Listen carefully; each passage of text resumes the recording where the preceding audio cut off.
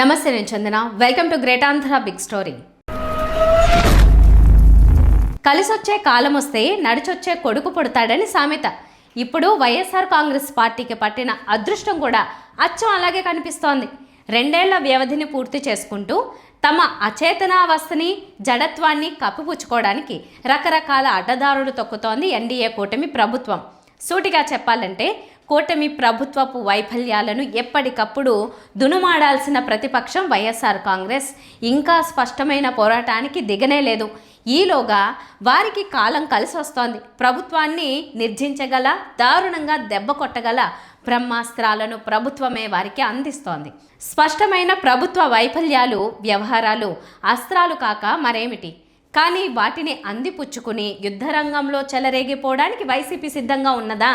ఈ బ్రహ్మాస్త్రాలు మురిగిపోకముందే వాటి ద్వారా విజయాలకు చేరువయ్యే మార్గాన్ని తీర్చిదిద్దుకునే ఓపిక, నేర్పు వారికి ఉందా అనేదే ఇప్పుడు ప్రశ్నార్థకం. అసలు ఆ బ్రహ్మాస్త్రాలు ఏంటి? వాడుకోవడంలో వైసీపీకి ఉన్న వర్తమాన సంసిద్ధత ఎంత అనే కోణాల్లో సాధికారమైన చర్చే ఈ వారం గ్రేట్ ఆంధ్ర బిగ్ స్టోరీ. అస్త్రాలు సిద్ధం, యుద్ధానికి సిద్ధమేనా? అన్ని సందర్భాల్లోనూ ఇలా అవకాశాలు కలిసి రావడం జరగదు. ప్రత్యర్థే మన చేతికి అస్త్రాలు అందించడం అనేది మరీ అరుదుగా జరుగుతుంది. ఇప్పుడు అలాంటి సానుకూల వాతావరణం ఆంధ్రప్రదేశ్ రాష్ట్ర రాజకీయాల్లో వైఎస్ఆర్ కాంగ్రెస్ పార్టీ ఎదుట ఉంది. కూటమి ప్రభుత్వ నాయకులు ప్రస్తుతం ఒక రకమైన కంగారులో ఉన్నారు. తమ ప్రభుత్వం అచేతనంగా ఉన్నదని, నిష్క్రియాపరంగా ఉన్నదని రాష్ట్ర ప్రజలు ఎక్కడ గుర్తిస్తారో అనే కంగారది. అధికారంలోకి వచ్చిన నాటి నుంచి రకరకాల మాటలు చెబుతున్నారు గాని ఏ దిశగా కూడా చెప్పుకోదగ్గ ముందడుగు పడలేదనే భయంలో నుంచి పుట్టిన కంగారది. సూపర్ 6, సూపర్ హిట్ అంటూ ఎంతగా దబాయించి మాట్లాడుతున్నప్పటికీ కీలకంగా మిగిలిపోయిన రెండింటి గురించి వారి ఆత్మసాక్షికి తెలుసు. ప్రజలు గల్లా పట్టుకుని నిలదీస్తారేమో అనే భయంలో నుంచి పుట్టిన కంగారు. వీటన్నింటి మధ్య వారు మాటల గారడీతో, ప్రచార ఆర్భాటాలతో ప్రజలను బురిడీ కొట్టించే క్రతువులో నిరంతరం నిమగ్నమై ఉన్నారు. ఇలాంటి పరిస్థితుల్లో వారి వైఫల్యాలు ఒక్కొక్కటిగా పేరుకుపోతున్నాయి. సరిగ్గా వాడుకుంటే ప్రతిపక్షానికి బ్రహ్మాస్త్రాలుగా అవి పనిచేస్తాయి. సరిగ్గా ఇక్కడే ప్రజల్లోనూ, పార్టీ కార్యకర్తల్లోనూ కూడా అనేక సందేహాలు. ఈ బ్రహ్మాస్త్రాలను మరింతగా పదును పెట్టుకుని ఇప్పటి నుంచే ప్రయోగించడానికి పార్టీ సిద్ధంగానే ఉందా లేదా అనే సంశయాలు. ఎందుకంటే దాదాపుగా 2 ఏళ్ల తర్వాత వైఎస్ జగన్మోహన్ రెడ్డి ఇప్పుడిప్పుడే కొంచెం పార్టీ కార్యకలాపాల మీద శ్రద్ధ పెడుతున్నారు. ప్రతి వారం ఒక నియోజకవర్గ కార్యకర్తలతో సమావేశం అంటే పార్టీకి శుభపరిణామమే. నిజానికి రాష్ట్రంలో వివిధ ప్రాంతాల్లో ప్రతిపక్ష నేత ఈ పాటికే విస్తృతంగా తన పర్యటనలు ప్రారంభించి ఉండాల్సింది. ఏడాది కిందటే షెడ్యూల్ చేసిన అలాంటి ఆలోచనకు ఇప్పటిదాకా అతిగతి లేదు. బెటర్ లేట్ దెన్ నెవర్ అన్నట్టుగా ఇప్పుడు గేరప్ కావడం జరుగుతోంది. కానీ వేగం పుంజుకోవాల్సిన అవసరం ఇంకా ఉంది. ప్రస్తుతానికి వైసీపీకి కాలం కలిసి వస్తోంది. అస్త్రాలు అంది వస్తున్నాయి. కూటమి స్వయంగా అందిస్తున్న అస్త్రాలేమిటో గమనిద్దాం. వైఎస్ జగన్మోహన్ రెడ్డి జమానాలో ప్రభుత్వ రంగంలో ప్రారంభించిన మెడికల్ కాలేజీలను పీపీపీ పద్ధతిలోకి మార్చాలనే నిర్ణయం ద్వారా కూటమి సర్కార్ సెల్ఫ్ గోల్ వేసుకుంది. ఆ ఎపిసోడ్ పాలకుల దుర్బుద్ధులను ప్రజల ముందు నగ్నంగా పెట్టింది. జగన్ ప్రారంభించిన ప్రభుత్వ మెడికల్ కాలేజీలను పూర్తి చేసినా కూడా క్రెడిట్ తనకు దక్కదు అనే అసూయ చంద్రబాబు నాయుడిని ప్రత్యామ్నాయ ఆలోచన వైపు పురిగొల్పింది. కాకపోతే జగన్మోహన్ రెడ్డి కంటే ఆయన కొంచెం తెలివిగా వ్యవహరించారు. అప్పట్లో జగన్ కూడా అలాంటి పనే చేశారు.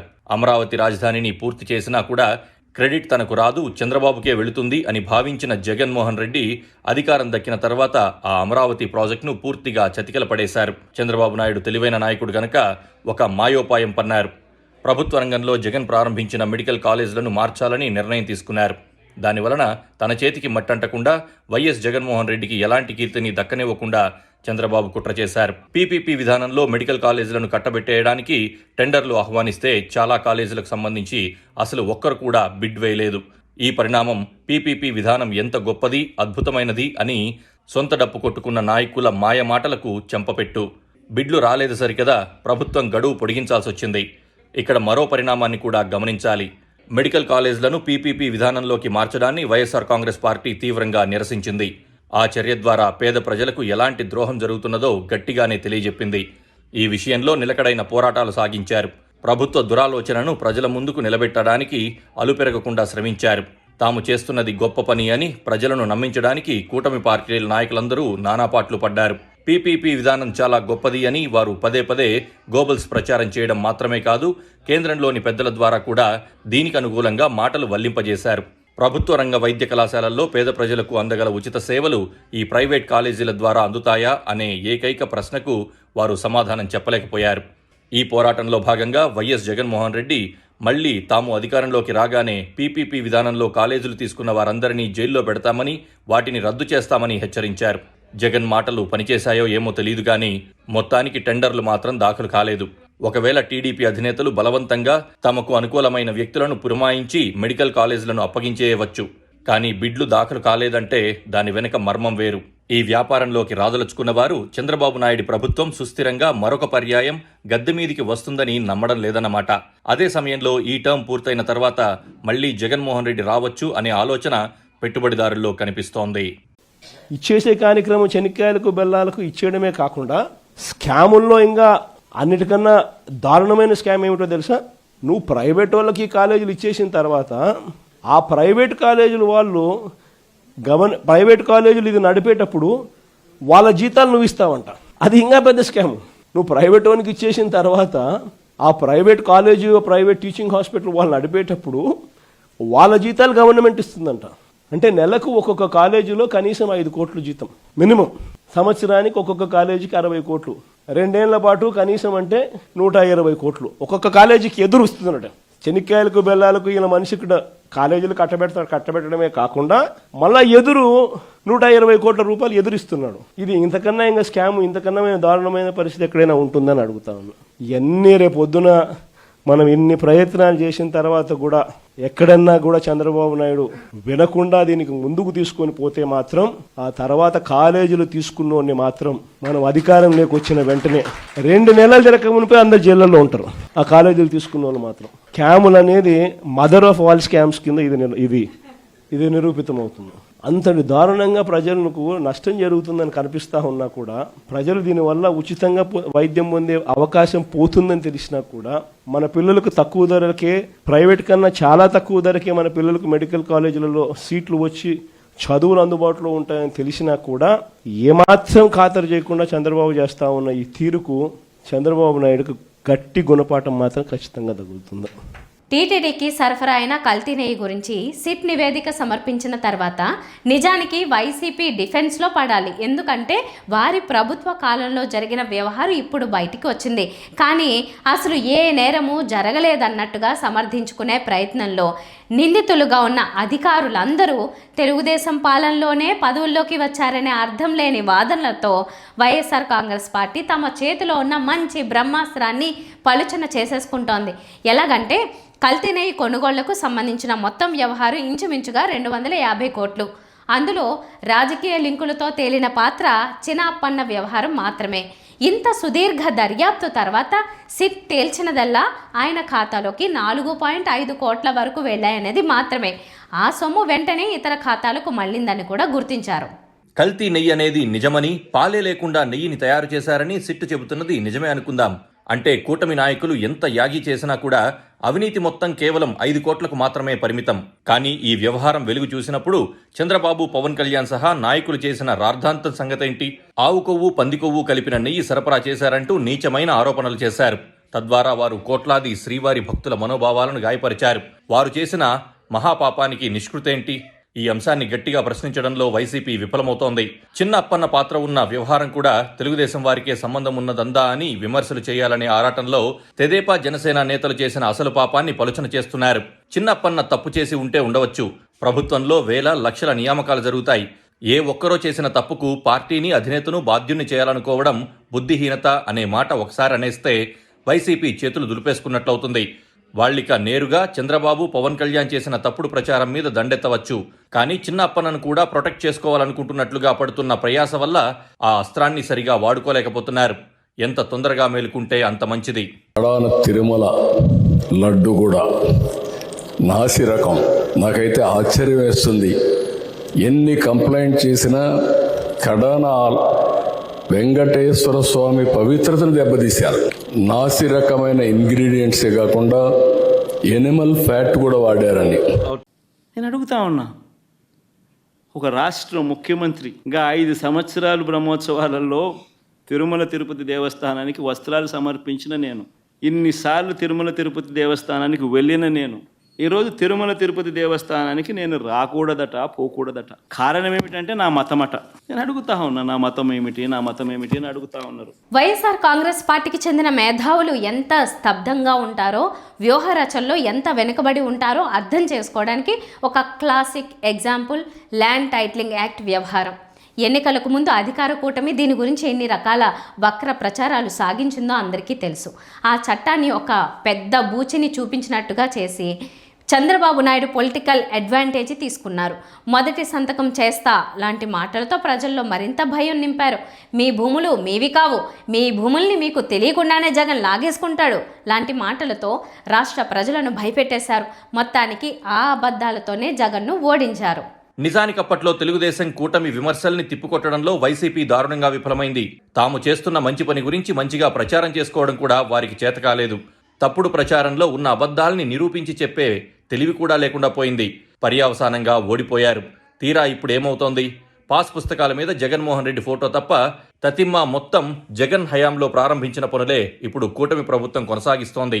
ప్రజల భూములకు శాశ్వతమైన భద్రత కల్పించడానికి దేశంలో ఎక్కడా లేని విధంగా జగన్ ప్రారంభించిన రీసర్వే ఇప్పుడు కూటమి చేస్తోంది.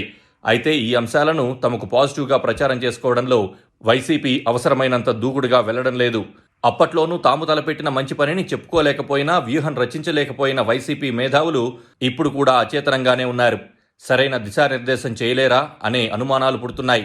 కొన్ని విషయాలపై పోరాడడానికి వైసీపీ జంకుతున్నదా, తమ మెడకు చుట్టుకుంటుందని భయపడుతున్నదా అనే అభిప్రాయాలు కూడా కొన్నిసార్లు కలుగుతున్నాయి. ఎలాగంటే సూపర్ 6లో ప్రతి మహిళకు 1500 రూపాయలు ఇవ్వడం, ప్రతి నిరుద్యోగికి 3000 రూపాయలు ఇవ్వడం అనేది కీలక హామీ. కూటమి తరపున మేము ఒక నిర్దిష్టమైన అజెండాతో వస్తున్నాం మీ దగ్గరికి. ఆ నిర్దిష్టమైన అజెండా మీరు చూస్తే సూపర్ 6 ఒక ప్రోగ్రామ్ తీసుకున్నాం. ఆ సూపర్ 6 లో మా ఆడబిడ్డల్ని ఒక శక్తివంతమైన ఆడబిడ్డలుగా చేసే బాధ్యత మా కూటమిదని మీ అందరికి విజ్ఞప్తి చేస్తున్నా. అందులో మొదటి కార్యక్రమం ఆడబిడ్డ నిధి. నెలకు 1500, ఇద్దరుంటే 3000, ముగ్గురుంటే 4500, నలుగురుంటే 6000 నెల మొదటి తారీఖున మీ అకౌంట్కి వేసే బాధ్యత మాదని మా ఆడబిడ్డలందరికీ హామీ ఇస్తున్నా. రెండో కార్యక్రమం తల్లికి వందనం. ఎంతమంది పిల్లలుంటే అంతమందికి 1500 ఇస్తాం, 15,000 ఇస్తాం. ఒక బిడ్డ ఉంటే 15,000, ఇద్దరుంటే 30,000, ముగ్గురుంటే 45,000, నలుగురుంటే 60,000, 5,000 మంది ఉంటే 75,000 ఇస్తామని మీ అందరికీ హామీ ఇస్తున్నాం. వీటిని సర్కార్ ఎగ్గొట్టింది. వారి వైఫల్యాల్ని నిలదీయాలంటే వైసీపీ భయపడుతోంది. ఇప్పుడు నిలదీస్తే గనుక తద్వారా తాము అధికారంలోకి వస్తే తాము చేయాల్సి వస్తుందేమోనని వారు జంకుతున్నారు. కానీ అలాగేమీ ఉండదు.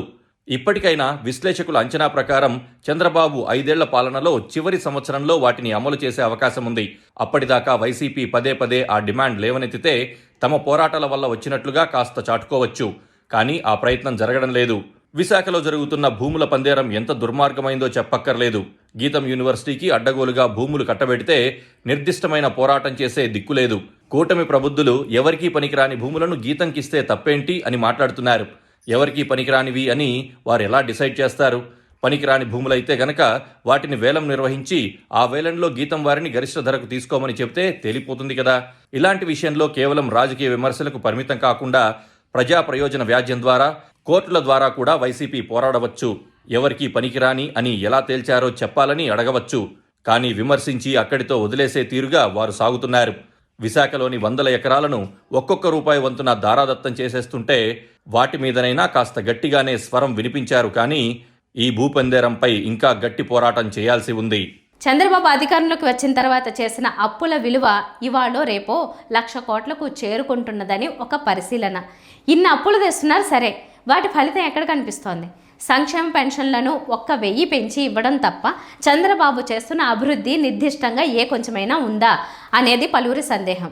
ఈ అచేతనత్వంపై, అప్పులు ఏమైపోతున్నాయనే అంశంపై ఇంకా స్పష్టమైన పోరాటాలుండాలి. సెక్స్ కుంభకోణాలు కూటమి పార్టీలోని చిల్లర నేతల లోగుట్టును బయట పెడుతున్నాయి.